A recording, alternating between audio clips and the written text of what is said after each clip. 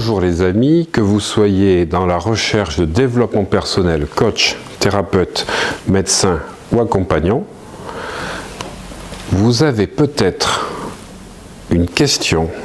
Pourquoi les gens n'arrivent pas à lâcher prise? Pourquoi, peut-être vous-même, peut-être les gens que vous connaissez, veulent toujours garder le contrôle? Eh bien, c'est encore les neurosciences et en particulier la neurochimie du corps qui nous explique pourquoi cela se passe comme ça. Nous sommes liés au fonctionnement de notre cerveau qui a besoin de certains neurotransmetteurs. Comme vous le savez certainement si vous regardez mes vidéos depuis un certain temps, je suis pharmacien de la fac de Bordeaux. Je suis sorti en 1987. Depuis une trentaine d'années, le cerveau au niveau de la neurochimie n'a pas beaucoup de secrets pour moi et je suis heureux aujourd'hui de voir que les neurosciences, grâce au système exploratoire, aux IRM, au système d'exploration fonctionnelle, permet de voir en images ce qui se passe en temps réel. Voilà. Donc au niveau du fonctionnement du cerveau, en tant que pharmacien, tout ce qui est drogue, médicaments et peptides, acides aminés n'a pas beaucoup de secrets pour moi. En particulier, quand on va parler des émotions au niveau de la PNL, au niveau du coaching, on va comprendre que chaque émotion est reliée à des peptides, des neuropeptides, des acides aminés ou des molécules qu'on va appeler neurotransmetteurs qui vont agir et donner une information qui va traduire au niveau du corps ce que cette molécule transmet. Voilà, il n'y a pas de tristesse, ça n'existe pas, il n'y a pas de molécule de tristesse, il y a un ensemble de plusieurs molécules de tristesse ou qui vont créer de la tristesse. Comme quand vous avez des tendances suicidaires, que vous voyez les choses un petit peu en noir, mais vous avez à la fois de la noradrénaline en trop, ou vous avez un manque de mélatonine. Et donc vous êtes en rejet total de la société, mais vous verrez dans les prochaines vidéos, je vous ferai un remarquable résumé de ces émotions liées aux neurotransmetteurs. Alors aujourd'hui, nous allons voir pourquoi les gens ne veulent pas lâcher prise et garder le contrôle.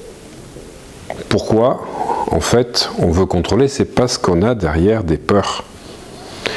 La peur de mourir, la peur de perdre quelque chose, si on est victime de la blessure d'abandon, la peur d'avoir honte, la peur du déséquilibre, la peur de certaines choses, la peur de la violence. Eh bien, ça nous coûte très cher, ces peurs en énergie, car ça exige une vigilance constante. Ça va emprisonner l'énergie que l'on passe à surveiller en permanence.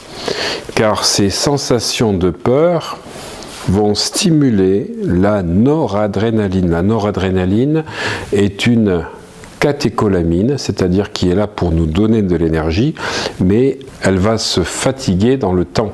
Vous allez avoir besoin de café, vous allez avoir besoin de manger certains aliments pour stimuler la noradrénaline qui favorise la vigilance. En plus, cette noradrénaline va faire que les centres de la peur du cerveau, qui sont les amygdales, alors je précise les amygdales situés au niveau des tempes, les amygdales temporales, non pas les amygdales de la gorge, restent très actifs. Et ça nous vient de l'enfance.